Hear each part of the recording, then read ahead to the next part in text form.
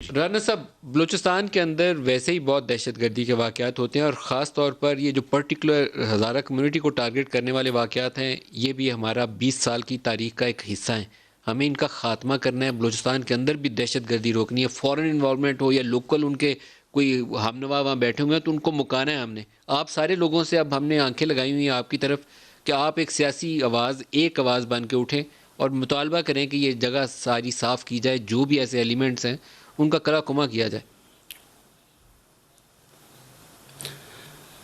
دیکھیں ندیم ملک صاحب، جب کسی قوم میں بھی یا کسی معاشرے میں جب اخلاقی گراوٹ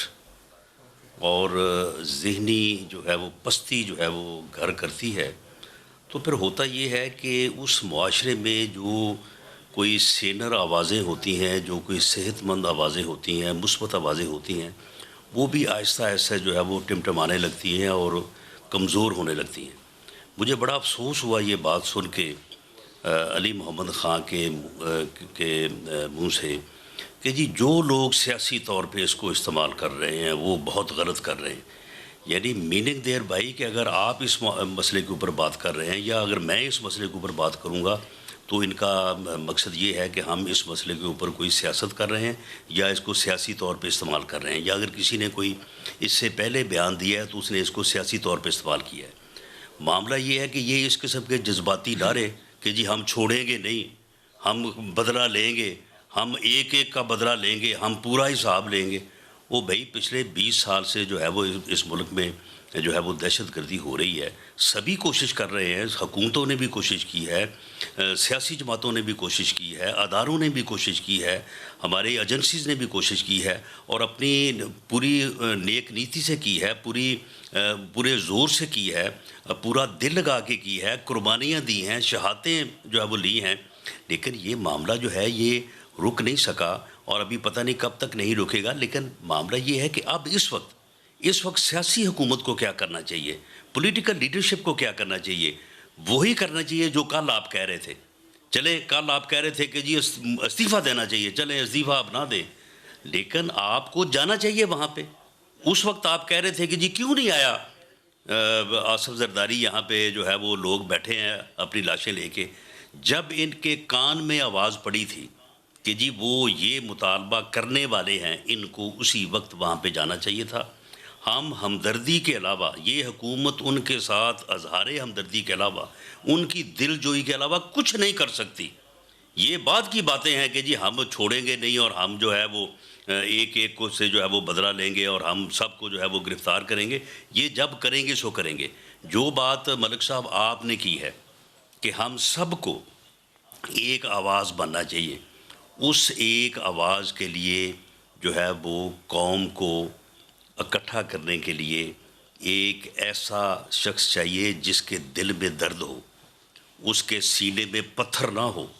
اس کے سینے میں جو ہے وہ دل ہو، اور وہ سب کو بلائے۔ جس طرح سے اے پی ایس جو آرمی اسکول کا واقعہ ہوا تھا، اس کے بعد اس وقت کے وزیر اعظم جو chief executive of the country ہے، یہ اس کی ذمہ داری ہوتی ہے، اس نے سب کو اکٹھا کرنا ہوتا ہے۔ وہ جو ہے وہ حکومت کو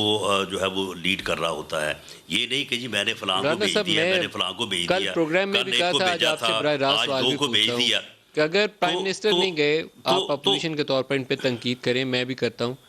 لیکن میری توقع تھی کہ شاید مریم جلد سے جلوس کر رہی ہیں، جگہ جگہ ریلیز کر رہی ہیں، تو اس کو جانا چاہیے ان لوگوں کے ساتھ۔ وہاں پہ ایک ایسی فیملی ہے جو کہتی ہے کہ ہمارے گھر میں کوئی مرد نہیں رہ گئے ان جنازوں کو کندھا دینے کے لیے، تو ہم بہنیں ہیں، ہم ان 5 جو ہمارے میل ممبرز شہید کر دیے گئے ان کو کندھا دیں گے، ان کے جنازوں کو۔ تو مریم کو ان سے جا کے ساتھ بیٹھنا چاہیے۔ کیوں نہیں گئی مریم نواز وہاں؟ سن لیں، پہلی بات میں مکمل کر لوں کہ یہ اس وقت جب اے پی ایس کا واقعہ ہوا تھا تو اس وقت کے وزیر اعظم نے اس بندے کو بھی فون کیا تھا جو پچھلے 4 مہینے سے باہر کنٹینر لگا کے اسے گالیاں دے رہا تھا، اور سب کو اکٹھا کیا، اور بالکل جس طرح سے آپ نے جو ہے وہ بیان کیا اسی طرح کا ماحول پیدا ہوا، اور اس کے بعد جو ہے وہ آپ نے دہشت گردی کی جنگ لڑی بھی اور اسے کافی حد تک جو ہے وہ جیتا بھی۔ اب آ جائیں آپ، جو آپ نے مریم نواز صاحبہ کی بات کی ہے، بالکل میں آپ کی اس بات سے متفق ہوں کہ مریم نواز صاحبہ کو جو ہے وہ جانا چاہیے،